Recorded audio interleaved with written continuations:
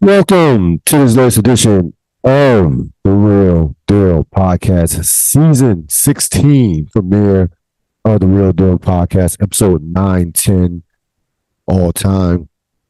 I am excited, to say the least, to be with you for another season as we, kick off not only another season of the Ril Dil podcast, but of course look back at the opening week of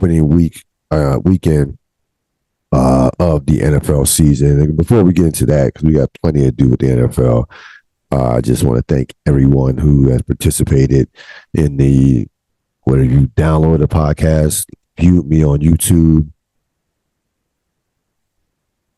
been a guest on my show. It has been an honor and a privilege to be able to express my passion and love for the world of sports and pop culture for the last now 16 years and counting. I'm looking forward to another 16, another 30, another 40, 50, however long I am on this earth to be doing this. I love doing this. I love communicating with you, debating, conversating. It has been nothing but a blessing. And you, my audience, absolutely make this podcast go. And listen, we October 2008 we kicked off and didn't really know what I was doing, and we was on a cell phone, and we have come a long way from then through name changes, guests, did a couple of remotes, traveling in regards to this podcast. And like anything in life, I will continue to evolve along with this podcast. And so as I evolve, this podcast will evolve. So just thank you. And let's go. Let's get it. Season 16, NFL. We're going to begin with themes. Don't overreact. And it's still preseason. So here's the thing. I never overreact to week one. So in week one, what did we see? We saw the Cowboys, Bengals, and Chiefs, right? Cowboys look great. The Bengals look awful. The Chiefs lost.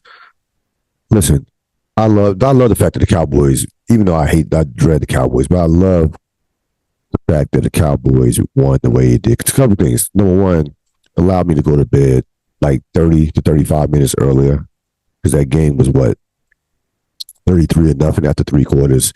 So I was like, fuck this. I'm not watching the fourth quarter. Are you kidding me? I mean, I'm getting up there. I'm getting a little older. I need my sleep. So thank you. Thank you, Dallas. Thank you from that standpoint.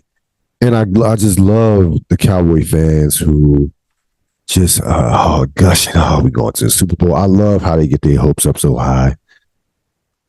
Greatest defense, one of the greatest defenses ever. I love it. I really, it has to, just keep it going this way. Keep it going this way, because we know what's coming. We know we know how this story ends. It's like a horror movie. It's going to end terribly. Okay? It's going to end with a thud in late December or early January. We already know. The book has already been written. So I'm not worried about the Cowboys. By the way, the Giants were awful in that game. That was one of the worst Giant performances at home historically ever. And it kind of reminded me of, I don't know, I'm showing my age here. If you remember, there was an opening week one game, September 4th, 1995. And I specifically remember this game because that was the last year that the Cowboys won the Super Bowl. That was the last great Cowboy team with Aikman, Irvin, and Emmitt Smith. And the Cowboys ran them over 35-0. That was on Monday Night Football, with Frank, Al, and Dan still in the booth. And they beat the shit out of the Giants. And the Giants, did nothing that year. And the Cowboys, of course, won their last Super Bowl championship. It's 2023. That's pushing. Ouch. It's been a minute. 30 plus years. Yeah. 95, 2023. Yeah, close to 30 years. Close to 30 years. It's been a while. But that game stuck out to me when I looked at this game. Special teams mistakes. Keep this in mind. Cowboys only had like 260 yards of offense. Yeah, the Giants the Giants would put the ball on the ground left and right. Couldn't make even Graham Gano missed a field goal, and the Giants just basically said, "Here, take your opening week victory and just kick our ass," and that's what the Cowboys did. The Bengals again, but the Browns played them tough all the time. The weather was horrible. Um, I can't put nothing into that. I put zero stock into that game whatsoever. Zero. I just don't. Because I've seen the Bengals struggle early. Saw them struggle early last season. They know what it takes as a veteran team. And here's the thing about the Bengals. This is a huge year for the Bengals because this is the last year before Joe Burrow's record contract extension kicks in. He has an extension that will kick in really next year. This year, he's only $19 million against the salary cap, which, for Joe, that's pennies on the dollar for Joe Burrow. And if your quarterback is making $19 million, you should have plenty of money to spend elsewhere. Next year, that jumps to 29, and then the year following that, you get into like the 40s. So they have 1 year to get to the Super Bowl and win a Super Bowl before they have to start letting some guys go or making some tough decisions on who they're going to pay. That's the bottom line. The bottom line, and me and Rob Sepp have extensively talked about this. They're not going to keep all those receivers. That's just not, Higgins and all Chase, they're not going to keep all of them. They got to get rid of somebody at some point, not this year, but in the future. But I expect the Bengals will be fine. Not worried. I'm not concerned about the Bengals at all. They'll be in the playoffs, and they will be a tough out once they get there. And the Chiefs had, their second and third best players out the game. We're talking about, Travis Kelce, Chris Jones. Travis Kelce is the best tight end in football, all-time great. Chris Jones last year was the best interior defensive lineman in football. He was even better than Aaron Donald was last year. You're talking probably two of the top 15 players in all of football. So, good win for Detroit. But I can't put no stock in the Kansas City Detroit game. None. Zero. Just that's not even the Chiefs. Like, that team is not even the Chiefs. And they still could have won the game. But that team is not, that's not going to be who we see over the course of the next 16 to 17 weeks. So don't overreact to week one. Just don't. It is definitely still preseason. A lot of quarterbacks don't even play in preseason. I think 8 quarterbacks didn't even take one snap. Offensive line is kind of behind as far as, you'll see a lot of sacks. You'll see some turnovers, some mistakes. You saw some block punt. You saw some special teams mistakes and with kickoffs and punt returns for touchdowns. So you're going to see a lot of that stuff in the first couple of weeks because these teams are still, conditioning is going to be an issue. Because no one the preseason is a joke. No one takes the preseason. No one plays in the preseason as far as starters for the most part. That's just it. The majority of teams. You can't. I just can't gauge. Really, again, the first 4 weeks are kind of like it'd be like a boxing match, a filling out match. You can't. I can't put too much stock into it. Now, don't start off 0-4 or 1-3. You don't want to start off that. But these first 4 weeks are not going to be indicative of how the season is going to go, especially for the teams that are contending teams. Rob Sapp will not be joining us this evening, but guess what? We still have all the thoughts on his Buffalo Bills, and I have all the thoughts. I have all the damn thoughts. First of all, dealing with obviously the number one story, and that is, of course, Aaron Rodgers is out for the season with the torn Achilles. This was the epitome of an old man injury. When the tackle happened, I said, okay, it looked like a regular sack tackle. I didn't see anything that to me was unusual. Now, obviously, you freeze frame it. You saw like the leg go, the ankle or the Achilles go in an awkward position. But even still, it took a number. It took literally for them to freeze frame it for me to say, okay, I can see how that could be an injury, but even not an Achilles. I'm thinking ankle 2 to 3 weeks. He's done that he would be out. There's no way when I first saw that, when they started talking Achilles, like, no, that's a kid. No, it can't be an Achilles. Just can't be. And that is it. That's he's 39 years old. That's all there is to it. And of course, you go out there and you make that sign in 10,000 times out of 10,000. But that is 39 is 39. Everybody's not aging like Tom Brady with the whole TB12 and the 12 hours of sleep or whatever the hell he does, the KO diet and all that shit. Everybody like you 39 is 39. And Aaron Rodgers had a calf issue. He's had some lower leg injuries in the past. He hasn't been injury prone, but he's had some knickknacks with Green Bay with Green Bay, of course, during his tenure, and he's been in the league for a long fucking time. Like Aaron Rodgers came in the league what 05? Yeah, it's been in the league for a while. That's a long time to be playing football. He became a starter in 2008. I mean, this would have been his 16th year as a starter. I mean, like what? You've been in the league 19 years. I mean, yeah, he was in the 05 draft. So, that's a long time to be playing football. It's a long time. A lot of hits, a lot of wear and tear. Again, the Tom Brady's of the world, the Novak Djokovic's of the world, the LeBron James, those are aliens. Those guys are, when I mean few and far between, they are generational. Like once in 2 or 3 generations type athletes with the endurance, with the stamina, with the sustainability. Like the guys don't make athletes like that. They just don't.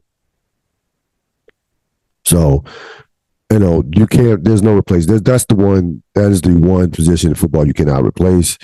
They still have an excellent defense. They're well coached. The coach is not going to let them throwing the season, of course, but they're not, as far as a Super Bowl contender, that's over. That's over. Colin Kaepernick's agent apparently reached out to the Jets. We know that's not going to happen. He's been blackballed forever. He will never take another stab in an NFL game, period. That's over with. So I don't even, I saw it as okay. It looks it looks good.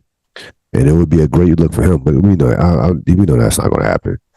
As far as the game goes, I thought when Rodgers got hurt that this was 30-10, 35. This had a mile, or maybe even 24-0. Like I didn't even think the Jets would score.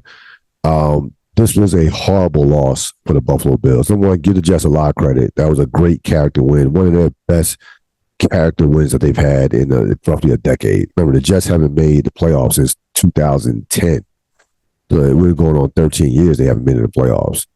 That was a great character win. And at the time, I'm thinking to myself, Rodgers gets back. This team could possibly be a Super Bowl team behind. This I wouldn't have put them on a level of Philly, Kansas City, or San Francisco, but they would have been right there as far as a fringe contender to win like that in that next tier of teams that could possibly challenge for a Super Bowl. That's how good I was feeling about the Jets even after the game. But the polar opposite with the Bills. The Bills have really some of the same issues that they had last season. They don't have identity offensively. They don't have, and it is at this point. It is absolutely inexcusable to be this far into the McDermott, Josh Allen tenure and not have an offensive identity. And I was really thinking, what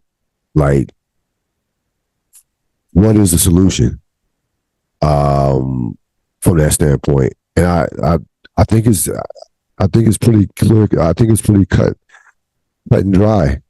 Either Sean McDermott has to bring in a dynamic offensive coordinator and just say, "Hey, you got the offense. I'll just focus on the defense." Or they need a new coach. That's an offensive minded coach.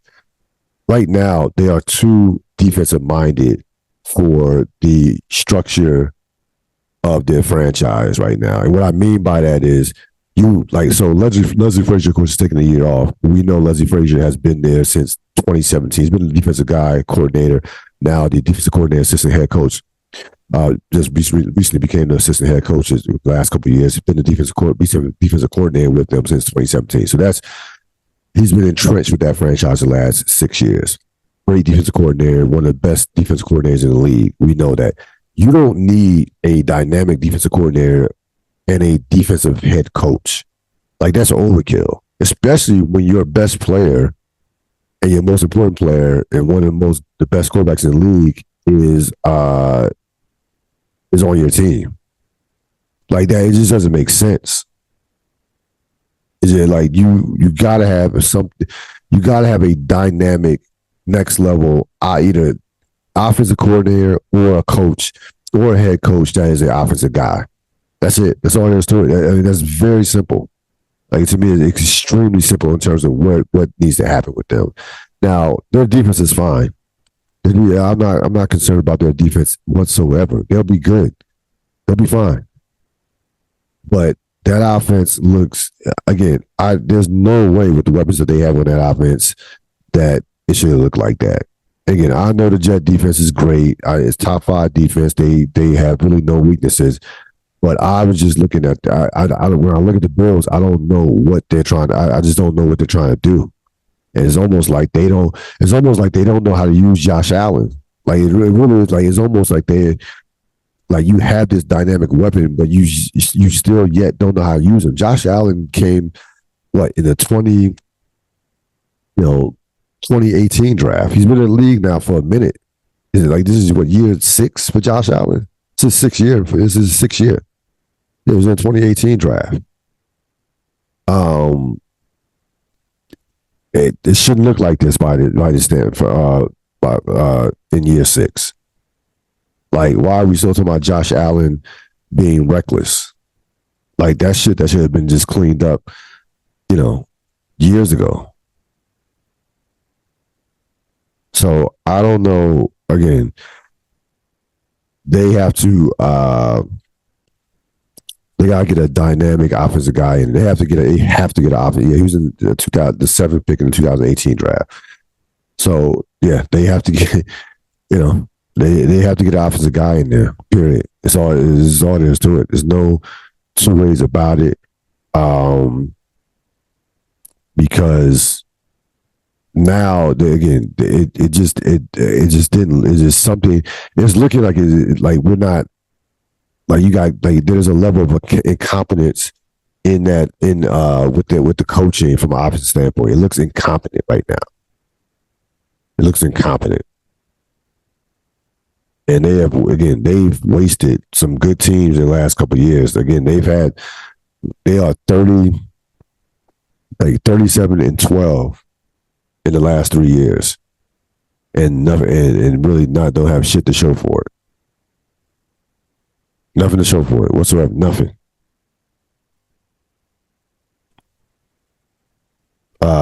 Again, last year, there's been a lot of talk about, in regards to the turnovers, that it's coincided with the elbow from last year.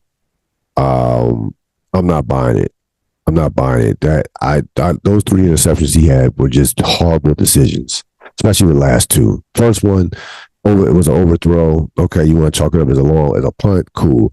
The last 2 were just like, what are we doing here?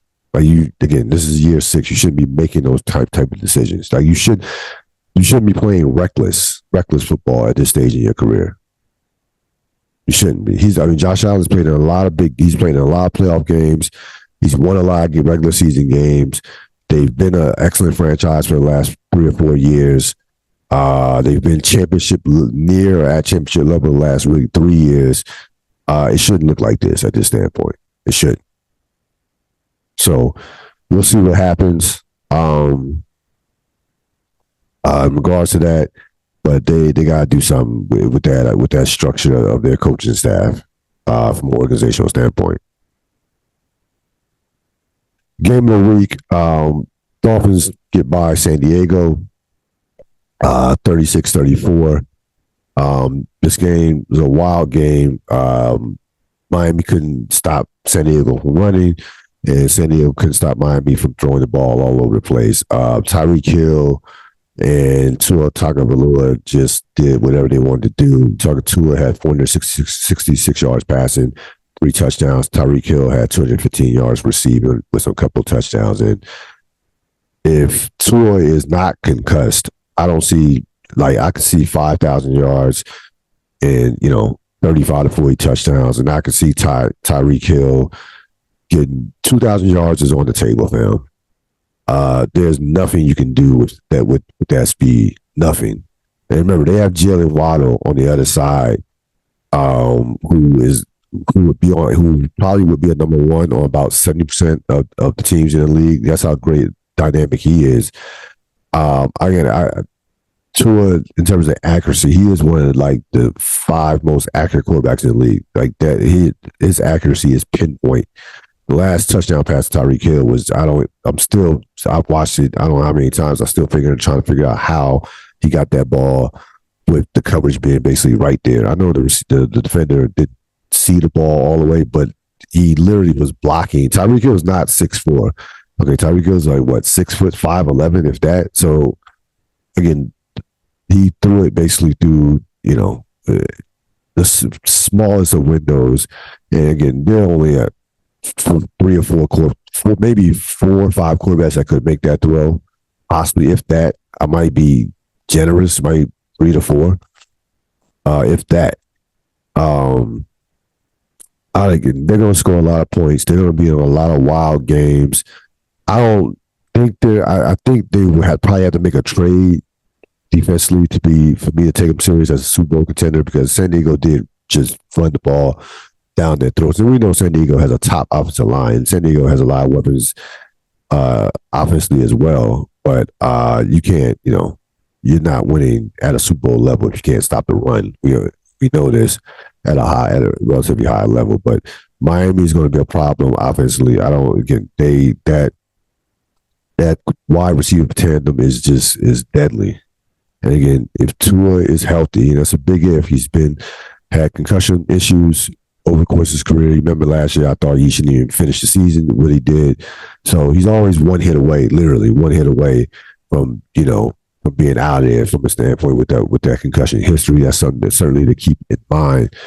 But they're going to score a lot of points, and they're going to be, they're going to be a lot of wild games, a lot of 30, 35, 31, a couple of 40-point games. They're going to be an exciting football team to watch over the course of this year. And listen, the Chargers are the Chargers. Brandon Staley is on the clock. Like, you can't waste these years.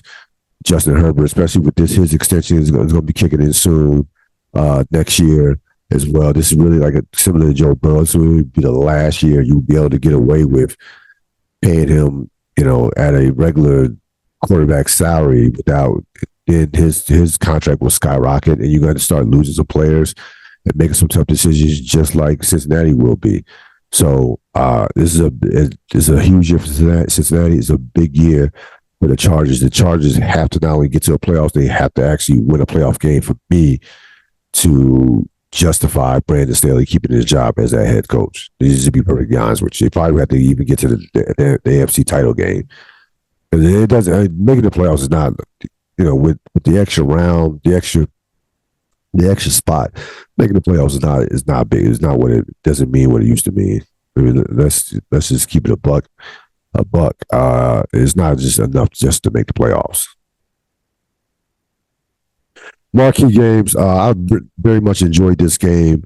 Of course, a replay of a couple of Super Bowls going by. In terms of Super Bowl 39, of course, which New England won, and of course Super Bowl a couple years back, in which Philadelphia got their revenge. Nick Foles and Philly special, the whole nine with that. 16-0 before you went to the fridge, and next thing you know, Philadelphia was in a dogfight. Philadelphia only scored 9 points after that first quarter, and They were held to 3 field goals. That was a dominant, great defensive performance by New England. Bill Belichick was in his bag. Jalen Hurts really had nowhere to go running wise. He had limited options, even throwing the ball. They have dynamic receivers. We know with Devontae Smith and of course AJ Brown, and they have a good tight end as well. And they again one of the top offensive lines in football. Again, they kept everything in front of them. They made Jalen Hurts a pocket passer. They made him be patient. They held him in check in terms of rushing. I think he only had like 37 yards rushing, didn't give up any big runs. I know he had a couple third down conversions, but for the most part, he didn't have that devastating run that breaks your back. I'm not listen. New England on the road, you win the game on the road. You don't throw those back. I'm not gonna go all of a sudden think that there's a formula to defend Philadelphia with. Keep this in mind, and it was mentioned in the broadcast, and it was a great point.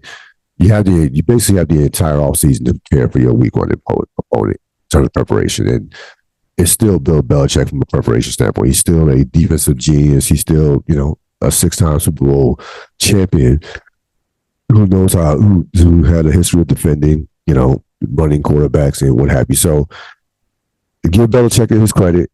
Judon is going to have a big year. He's going to be in conversation for Defensive Player of the Year. But I'm not overreacting to how good people think New England's going to be, or Philadelphia come back to the rest of the pack from that standpoint. And so I'm not going. I'm going like again. They got the win. I give Hurts actually, a lot of credit being as patient as he was, considering we've seen Bill Belichick, get quarterbacks to make just horrendous mistakes in terms of throwing the ball. Now, he had the fumble. That was inexcusable. You can't have a fourth quarter fumble when you're trying to put the game away.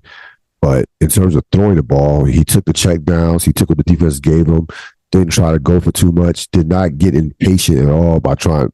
It's very easy to get frustrated with a Bill Belichick defense when you're not making big plays down the field. This is a big play offense. They like to take their shots down the field, and they just were not there. They just absolutely were not there, and give New England's defense a ton of credit. Offensively, again, Mac Jones is a solid quarterback. I don't think Mac Jones is going to be the guy that leads you anywhere. So, again, New England's defense will be very good. I think they have legit top 10 defense, but I'm not drinking the New England Kool-Aid as far as they'll be a fringe playoff team. They'll be in the mix in the playoff for the playoffs, that last playoff spot. They're not a threat to win that division though. Like they're not as good as the Jets, or forget about the Jets. Let me put the Jets aside. They're not as good as Miami. They're not as good as definitely not as good as Buffalo either. So I think New England will be in that 7-10 to, if everything breaks right, 9-8 range, in which 9-8 may be good enough to get you that last playoff spot. They'll be right there from that standpoint. Philly is still one of the 3 best teams in all football. Period. And give New England credit for holding Philadelphia under 100 yards rushing, held them to 97. So give them a lot of credit from that standpoint. Again, it was a great defensive performance by the New England Patriots. No two ways about it. Stock up, stock down, stock up. Jordan Love opens his career as a starter for the Green Bay Packers. Impressive win over the Chicago Bears, 38-20. Came out, made some plays, had 3 touchdown passes, looked very poised. Again, he's been sitting for 3 years behind an all-time great Hall of Fame quarterback. Again, it's one of those things where, you're not. I'm not going to go too crazy about, but again, this is on the road against a rival, a historic rival. Chicago is Chicago. Like, they're going to get Justin Fields killed. You talk about not having enough philosophy as far as offensively. We mentioned that with Buffalo. Chicago, I still don't know. Chicago, I don't know what Chicago's trying to do as well. Like, I don't, I don't get it. To me, not much has changed from last year. in watching this game. So I don't see I don't see Chicago as forget about threat to win the division, but I have zero faith in Chicago. But again, if you're Green Bay has had a history. They Favre, Rodgers, now Jordan Love. We'll see. We'll see with Jordan Love. Again, he had some moments last season, a couple moments last season. Actually played well in the Philadelphia game. Um, so we'll see what happens with him. I'm not ready to say that this guy is going to be the next franchise quarterback. And forget about comparing him to the two previous Hall of Famers. I'm not saying ready to say he's going to be even a 10-year starter, but he looked impressive on Sunday. He looked poised on Sunday, and they still have some weapons offensively. If you're Green Bay, you want to play off your opposite line, you want to play off the running game. You still have an excellent running tandem with Jones and Dillon, and above average, slightly above average opposite line. So you don't play off that. I'm not in love with the receivers, the weapons. I'm not in love. They'll get Watson back. That'll help. But he sat 3 years, and they took him for the first round for a reason. So a good start to the Jordan Love era in Green Bay. Not so much for the Sean Payton era in Denver. So Sean Payton had an interesting offseason or summer. He did a lot of talking. He basically shitted on Nathaniel Hackett, said it was one of the worst coaching jobs he's ever seen, the previous Denver coach. He calls out Russell Wilson publicly for wanting to be this model citizen as far as his image. Did a lot of talking. And, if you're going to talk the talk, you got to score more than 16 points against a horrible Raider team, a bad Raider team. It basically looked like the Denver Broncos of last year. Like they had matter of fact, they had last year at least they averaged over 325 yards of offense. In this game, again the Raider defense is not any good.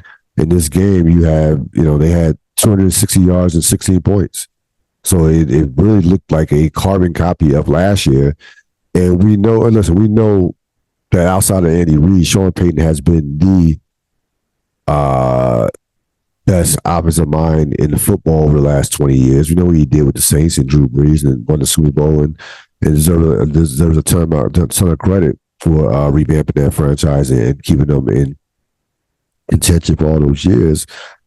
But there's no separating him from Russell Wilson. If Russell Wilson's bad, then Sean Payton's bad. Like there's no separation. Like Sean Payton, y'all are in cahoots. I don't care if you inherit him. Y'all are in cahoots. So there's no, hey, Russell's playing like shit. No, if Russell's playing like shit, then you're coaching like shit. That's all there is to it. Like there's no like that. You were brought in to salvage Russell Wilson. It's brought in to salvage Russell Wilson. And again, I don't like my coaches doing a whole lot of barking. It seemed like it was a whole bunch of attention seeking and one to basically show him that he's the head man in charge. And if you're Sean Payton, you are you're a Super Bowl winning coach. You really didn't need to just put your head down and go to work. Like, did you really need to just make these public statements? And there was just some unusual behavior from him in the offseason. Nothing, not kind of the type of behavior I want out of my head coach, to be honest with you. If we're going to call out Russell Wilson, do it in private. And Russell Wilson, took the parking spots and took the office of Russell Wilson, whatever. I mean, Russell Wilson shouldn't have had his own office to begin with. But again, a lot of just ego, look at me type shit. I don't want that from my head coach. I don't. I want my head coach to go to do the press conferences, answer questions from that standpoint, handle his business, and keep it moving. I don't need my head coach to be in the spotlight or to draw unnecessary attention to himself. Who won the week? I would say the 49ers. They looked like the most complete team in football from top to bottom. Purdy is back. We know that they're going to run the ball. We know that there's not a more physical team in football than the 49ers on both sides of the ball, offensive line, defensive line. They had one. We know that they have one of the best defenses in the league. Um, Nick Bosa is who he is. They have no weaknesses defensively. The question again coming to the season was Brock Purdy, and Brock Purdy answered those questions on the road in a hostile environment, and they kicked the shit out of Pittsburgh physically. It wasn't even close as 30-7. Like, it really wasn't even that close, to be perfectly honest with you. And yeah, this is a big year for San Francisco. Brock Purdy again basically left off where he picked up where he left off before the injury against the Eagles. I'm not going to say that they would have won that game against the Philadelphia Eagles, because would be disrespectful to the Eagles and what they accomplished in going 16-4 last year. But San Francisco is loaded. They're, absolutely loaded. That is a physical football team. Their game can travel anywhere. They can travel anywhere. It doesn't matter. Rain, sleet, snow, hail, it doesn't matter. They have a game that can travel anywhere, and they're going to be a monster to deal with. They are clearly the class of that division, and I think, frankly, the class of the NFC. To be honest with you, I really believe that. Even though Philadelphia by a nose, but it's a flip of a coin between San Francisco and Philadelphia. But that team is just the brand of physicality that they bring. People don't push around Pittsburgh. Pittsburgh, despite Pittsburgh's not as talented as they once were. We know with the quarterback situation, but they're still Pittsburgh physically. Like, you still don't see people pushing Pittsburgh around. They punk Pittsburgh in Pittsburgh. And Thomas said we got kicked in the teeth. He was absolutely right. And when this matchup came about, and I looked at it really on Sunday, I was like, "Ooh, this is." Yeah, I'm trying to think of that quarterback. They got a second-year quarterback against that defense. It's like, pick it against that defense. Like, this could get ugly. It absolutely did. So, horrible matchup for Pittsburgh. It's week one. You get it out the way, and you move on about your business. 49ers had the Rams this week. So they always have some interesting games. They've absolutely owned the Rams over the last 4 or 5 years. So we'll see what happens with that. But that was the best looking football team all week that I saw, again, from top to bottom. It was a disappointment. Again, I'm not overreacting, but you lose 24-3. I know the weather was bad, but you got to manufacture more than 142 yards and 82 yards passing against the Cleveland Browns. I'm sorry, like that. It was a pathetic performance by Cincinnati, and then Cleveland didn't even play great. It's not like Deshaun Watson set the world on fire. They ran the ball, which is something that they're going to do. Their defense played, obviously, Cleveland's defense played well, but Cincinnati just came out flat as a pancake. And in a division, like, you can't come out that flat in a divisional game. There's one thing you playing a non-conference game against a bad team. I can kind of understand it, but that's Battle of Ohio. That's a team that you really should have a chip. You really should have came to the game with a chip on your shoulder, considering how well they've played against you. Like, I want to see Cincinnati a little bit immature as far as a team but in terms of wanting to contend for a Super Bowl. We talked about Buffalo, and Buffalo showed a lot of immaturity and not having the look of a Super Bowl team. And then again, Cincinnati's loss is not worse as bad as Buffalo, because Buffalo, the Jets lost their starting quarterback, who will be in the Hall of Fame someday. But you can't come out flat opening day in the division against the Cleveland Browns. You just can't do it. So horrible performance for the Cincinnati Bengals. But again, like I said earlier in the podcast, they'll be fine. Week 2 preview. Ravens Bengals, expect a big performance. They're 0-1. They're at home. I expect a huge performance from the Bengals, complete against the Ravens. I expect a big time performance. Ravens did what they had to do against Houston. It's Houston, rookie quarterback. 25-9. Okay. it wasn't spectacular, but it is a workmanlike, and they did what they had to do. I fully expect Cincinnati to win this game. Like I almost would be borderline surprised if they didn't win this game at home. Burrow's had some big games against the Ravens over the course of his career, but yeah, 0-1 on at home. This has all the makings of a Bengal victory. I'm not saying it's gonna be a blowout, but hard for me to see the Bengals losing this game. Dolphins Patriots should be interesting. For me, just I want to see what Belichick has in store for that offense, which is just that passing attack, which is as lethal as there is in the league right now. So that's a fascinating matchup. Otherwise, week 2 is a bunch of duds, to be honest with you. San Francisco Rams, if you're all, going crazy over the Rams beat Seattle, which I'm not. A lot. There's some bad games in week 2, to be honest with you. So nothing to really go crazy about in this week 2, this third weekend in September. Finally, we'll end with some real thoughts. As far as the U.S. Open goes, Coco Gauff and Djokovic are your champions. It's gotten to a point to where with Djokovic after the 24th major, where we really have to start having a conversation about him being the greatest athlete possibly in the history of individual sports like that. It has to be a conversation right now. So that would be like golf, tennis, and I guess track and field. We include track and field in that as well, or in boxing.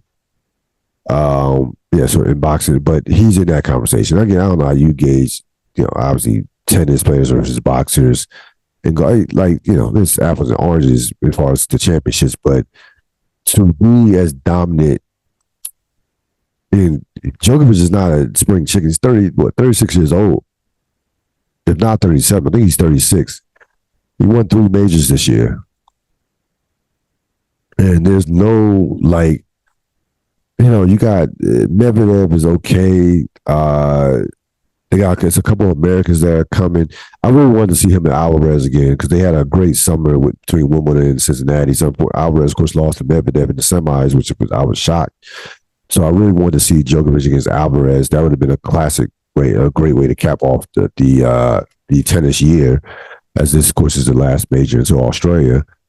But right now, I don't see any end in sight as far as him just continuing to win majors. And again, I know he's not the easiest to root for, but it is 24 majors, 24 majors. And again, at a certain point, when you have been as dominant as he has been since 2011, that was his first signature season. Now this is 2023. He's gonna be 2024. This is like 13 years of just utter dominance at a sport where most guys are done at 30. I know it's with technology and modern medicine, the guys we saw with Federer, and then all the guys are playing into their 30s, but not for the most part. He's, I mentioned earlier in the podcast, this guy's an alien. He's an alien. His conditioning, his mental, he's as tough as the toughest player mentally, I think, ever. I goes without saying. I think Federer is more talented, but I think mentally, there's never been a player as tough as Djokovic. And I don't see this stopping anytime soon. As far as Coco Gauff goes, that's 19 years old. You obviously have to be impressed. Getting to a final, a major final, and being down 6-2 when there's only best of 3 sets. I've seen many of players fold up and just quit and get rolled in straight sets. She comes back, wins the last 2 sets relatively easily, and now you have a situation where if Naomi Osaka can come back and get to where she once was, that could be a legitimately 10-year war between those two. It really like that, because Gauff is here right now. She's here. We know Osaka when she's locked in. And I know she had some issues in terms of, with depression and mental, not mental illness, but some issues from that standpoint of dealing with just being a professional athlete and everything that comes with it. But when she's right, she's probably as talented as there a player as there is. I know she just had a baby, so you have that going on. But that has a potential to be a next level and an all time great rivalry. It really does if it ever comes about. That's gonna wrap it up. I'm gonna save. So before I leave, I'm gonna save the Jim Trotter stuff for next week. I need to flush it out and give it its proper just due. The NFL, of course, should be embarrassed. We know the NFL is a joke. So for that, I hope that he wins the lawsuit. Because it was just absolutely inexcusable. How the NFL treats minorities in all aspects, not just on the field, but off the field, in the media. It's just a disgrace. And I'm glad that he, called them out for what they are. I really am. So shout out to him from that standpoint. And I will flush that story out and we will discuss it next week. That's going to wrap it up for this latest edition of the Real Deal podcast. Season 16 is off and running. Got some great stuff for you coming up. We will again do the Snowfall season 2, episode 4 this weekend. Also, we have another edition, special Hall of Fame edition of The Wire. I'm doing the series finale. That's not going to be coming up this weekend. We're going to do that. We're going to say that for probably like the end of the month before September is over. So that I definitely will be doing that, and some surprise interviews are coming up this fall. So stay tuned for the latest edition of the Real Deal podcast. Have a great rest of the evening. So long.